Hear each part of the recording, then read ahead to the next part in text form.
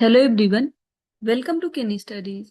आज है 27 मार्च और आज के करंट अफेयर सेशन में हम जिन टॉपिक्स को कवर करेंगे वो टॉपिक्स हैं इंडिया स्ट्रेटेजिक पेट्रोलियम रिजर्व्स के बारे में देखेंगे। देन हम देखेंगे convention on international trade in endangered species के बारे में, जिसे हम साइट्स के नाम से जानते हैं। फिर हम देखेंगे district as export hubs initiative के बारे में।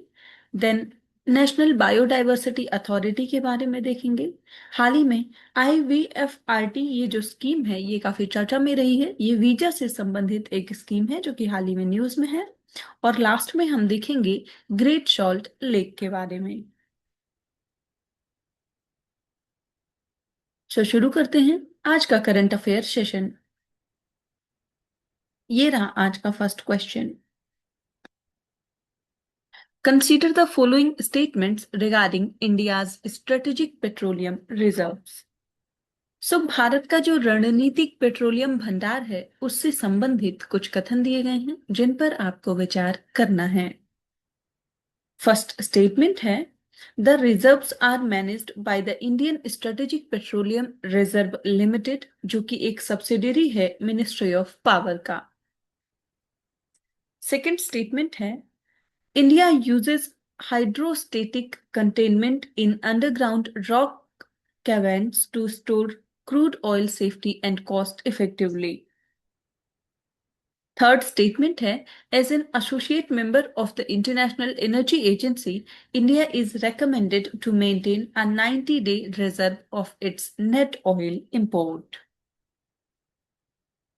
और फोर्थ स्टेटमेंट है फेज 2 एक्सपेंशन ऑफ SPR यानी कि strategic petroleum reserves include the construction of new facilities at Chandikhol and Padur.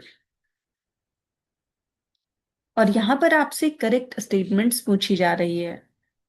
आपको बताना है इंडिया का जो स्ट्रेटेजिक पेट्रोलियम रिजर्व है इससे संबंधित यहां पर कौन से ऐसे स्टेटमेंट्स हैं जो कि करेक्ट हैं।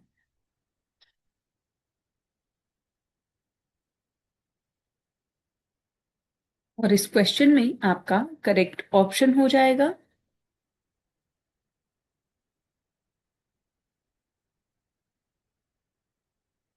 Option C. सो यहाँ पर आपका सेकंड, थर्ड और फोर्थ स्टेटमेंट करेक्ट है, जबकि फर्स्ट इनकरेक्ट है, क्योंकि ये जो पेट्रोलियम रिजर्व्स हैं ये आते हैं under the ministry of petroleum and natural gas, ना कि मिनिस्ट्री ऑफ पावर। आप देख सकते हैं while the Indian Strategic Petroleum Reserve Limited does manage the reserves, it was created under the Oil Industry Development Board, which falls under the Ministry of Petroleum and Natural Gas, not the Ministry of Power. So, India's strategic petroleum reserves utilize underground rock caverns, and this method is safer than above ground tanks, and it is protected from external strikes and natural disasters. So, hydrostatic containment uses the pressure of surrounding groundwater to ensure the oil remains trapped within the unlined cavern, preventing leaks. India की बात करें तो India is an associate member of international energy agency.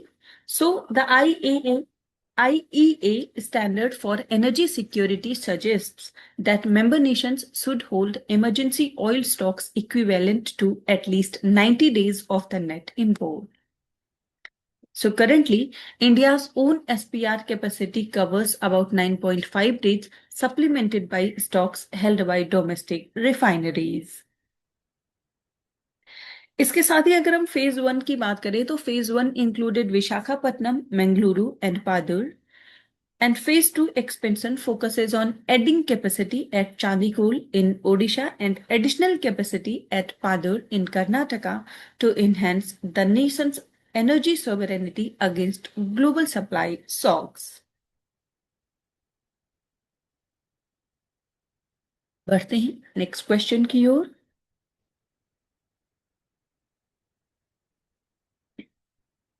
Consider the following statements regarding Convention on International Trade in Endangered Species. सो यहाँ पर लुप्तप्राय प्रजातियों के अंतरराष्ट्रीय व्यापार पर जो सम्मेलन है उससे संबंधित कुछ कथन दिए गए हैं जिन पर आपको विचार करना है। फर्स्ट स्टेटमेंट है, it is legally binding international agreement. Second, it completely bans all international trade in endangered species listed under its appendix. और थर्ड स्टेटमेंट है, the conference of parties is the highest decision making body under sites. और यहां पर आपसे correct statements पूछी जा रही है। आपको बताना है साइट से संबंधित यहां पर कौन से ऐसे स्टेटमेंट्स हैं जो कि करेक्ट हैं।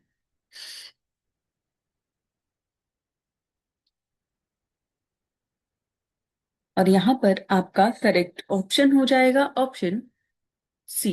सो यहां पर आपका फर्स्ट और थर्ड स्टेटमेंट करेक्ट है जबकि सेकंड इनकरेक्ट है, क्योंकि जो साइट्स है ये रेगुलेट करता है trade through permits and it does not impose a complete ban in all cases. आप यहां डिटेल में देख सकते हैं। Sites, also known as the Washington Convention, was signed on 3rd of March 1973 during the World Wildlife Conference, and it came into force on 1st of July 1975. So it was drafted following a 1963 resolution adopted by the International Union for Conservation of Nature to regulate wildlife trade. So the convention now has 185 parties, including India and the European Union. आप ध्यान रखेंगे India इसका member है 1976 से। So CITES is recognized as one of the most effective environmental agreements supported by tools like CITES Trade Database and clear guidelines for enforcement and legal acquisition. So it has helped save critically endangered species such as African elephants, pangolins and crocodiles. Sites के जो appendix system है अगर हम उसकी बात करें तो appendix 1 में स्पीसीज वो होती हैं जिनको एक्सटेंशन का खतरा होता है। सो यहाँ पर ट्रेड हाईली रिस्ट्रिक्टेड होता है। Then appendix 2, species not endangered but need controlled trade to avoid risk. और अपेंडिक्स 3 जो होता है वहां पर species protected by at least one country that seeks cooperation to regulate trade. और ये जो चेंज होता है इन अपेंडिक्स में अगर हम इसकी बात करें तो changes to the appendix 1 and 2 are decided at the conference of parties while appendix 3 can be amended unilaterally by individual parties.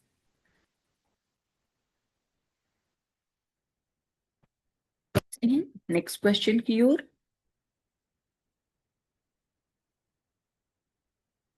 Consider the following statements regarding districts as export hubs.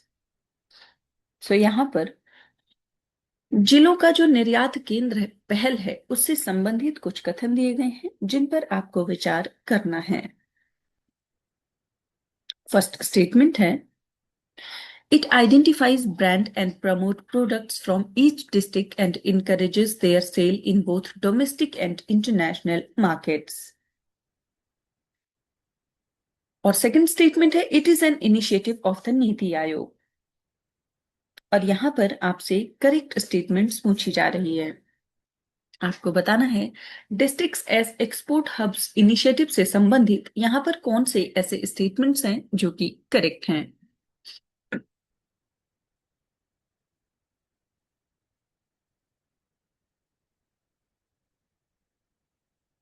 और इस question में आपका correct option हो जाएगा option A. सो यहां पर आपका first statement correct है जबकि सेकंड इनकरेक्ट है, क्योंकि ये नीति आयोग का इनिशिएटिव नहीं है, ये इनिशिएटिव है Directorate General of Foreign Trade का। आप देख सकते हैं। So districts as export hubs initiative इसको लॉन्च किया गया था अगस्त 2019 में to foster balanced regional development across all districts of the country. So इस इनिशिएटिव का ऑब्जेक्टिव है to identify brand and promote products from each district encouraging their sale in both domestic and international markets. So it is an initiative of the Directorate General of the Foreign Trade under the Department of Commerce. And under this initiative, the export promotion activities are being decentralized to make the districts active stakeholders in boosting export growth of the identified products and services from the districts. So the initiative has identified export potential in 734 districts across the country, spanning critical sectors like agriculture, toys, and GI products.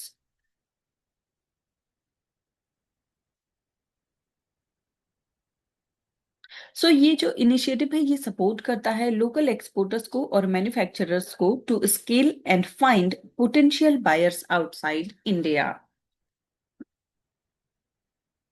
बढ़ते हैं next question की ओर।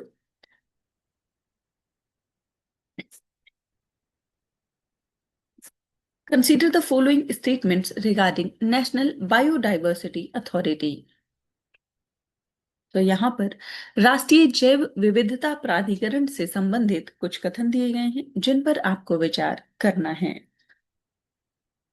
First statement है, it is a statutory body established under the biological diversity act 2002। And second statement is, its headquarters is located in Chennai, Tamil Nadu. और यहां पर आपसे correct statements पूछी जा रही है। आपको बताना है नेशनल बायोडाइवर्सिटी अथॉरिटी से संबंधित यहां पर कौन से ऐसे स्टेटमेंट्स हैं जो कि करेक्ट हैं। और इस क्वेश्चन में आपका करेक्ट ऑप्शन हो जाएगा ऑप्शन सी। सो यहां पर ये दोनों की स्टेटमेंट्स करेक्ट हैं। आप देख सकते हैं। सो रिसेंटली जो नेशनल बायोडाइवर्सिटी अथॉरिटी है उसने लॉन्च किया है शॉर्ट टर्म इंटर्नशिप प्रोग्राम जो कि अप टू 3 मंथ का होगा for students who are undergoing graduation and post graduation. So NBA एक स्टैट्यूटरी बॉडी है जिसको स्टैब्लिश किया गया under the biological diversity act 2002। Then formally इसको सेटअप किया गया 2003 में और इसका हेडक्वार्टर है चेन्नई तमिलनाडु में। सो एनवीए जो है वो परफॉर्म करता है facilitative regulatory and advisory functions for the government of India particularly on matters related to the conservation of biodiversity, sustainable use of biological resources, and the fair and equitable sharing of the benefits derived from them.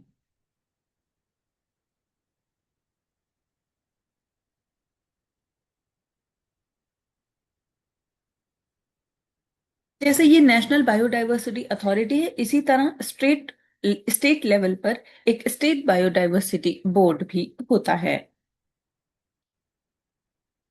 बढ़ते हैं next question की ओर।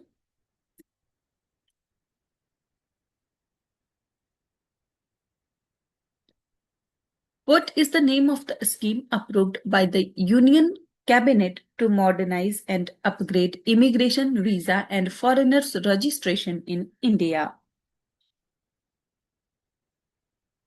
यहाँ पर आपसे पूछा जा रहा है भारत में आव्रजन वीजा और विदेशी पंजीकरण को आधुनिक बनाने और उन्नत करने के लिए केंद्रीय मंत्रिमंडल द्वारा अनुमोदित योजना का नाम क्या है।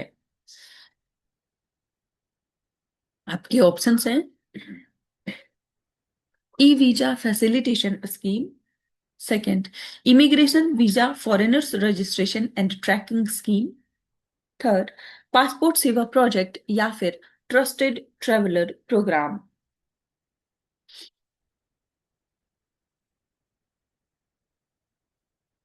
तो यहाँ पर आपका करेक्ट ऑप्शन हो जाएगा ऑप्शन बी। ये स्कीम है IVFRT स्कीम यानी कि immigration visa foreigners registration and tracking. आप देख सकते हैं, The Union Cabinet has approved the continuation of the Immigration Visa Foreigners Registration and Tracking Scheme from 1st of April 2026 to 31st of March 2031 with a budget of 1800 crore rupees. सो ये जो scheme है इसका aim है to modernize and integrate immigration visa issuance and foreigners registration to facilitate legitimate travellers while strengthening national security. So the next phase focuses on emerging technology innovations, core infrastructure upgrades at immigration post, FRROs and data centers, and service optimization through unified digital platforms and improved application architecture. बढ़ते हैं next question की ओर।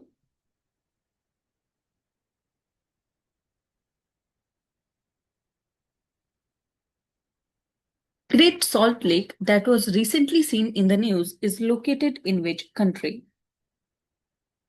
यहां पर आपसे पूछा जा रहा है, हाल ही में खबरों में रही ये जो ग्रेट सॉल्ट लेक है ये किस देश में स्थित है? के ऑप्शंस हैं United states, United kingdom, France या फिर ऑस्ट्रेलिया।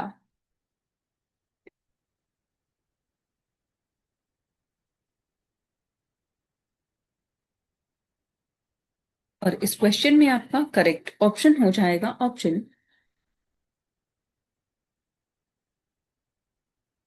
ए। सो ये स्थित है यूनाइटेड स्टेट्स में। हम देख सकते हैं, recently researchers at the University of Utah discovered that fresh water saturates the rocks and sediments beneath the Great Salt Lake to the depth of up to 13,000 feet, जिस वजह से ये काफी चर्चा में रही है। सो ग्रेट सॉल्ट लेक की बात करें तो ये एक सेलाइन एडोरिक लेक है located in northern Utah of United states and it is the largest inland salt water body in the western hemisphere. So it is fed by the Weber River and Jordan River but has no outlet, so water leaves primarily through evaporation. The lake's salinity is higher than that of the oceans due to high evaporation rate and limited inflow, and it exists in an arid environment similar to the Dead Sea. So आप ध्यान रखेंगे, हाल ही में चर्चा में रही ये जो great salt lake है ये स्थित है यूनाइटेड स्टेट्स में। सो आज के करंट अफेयर सेशन में इतना ही। Thank you for watching. Do like, share and subscribe.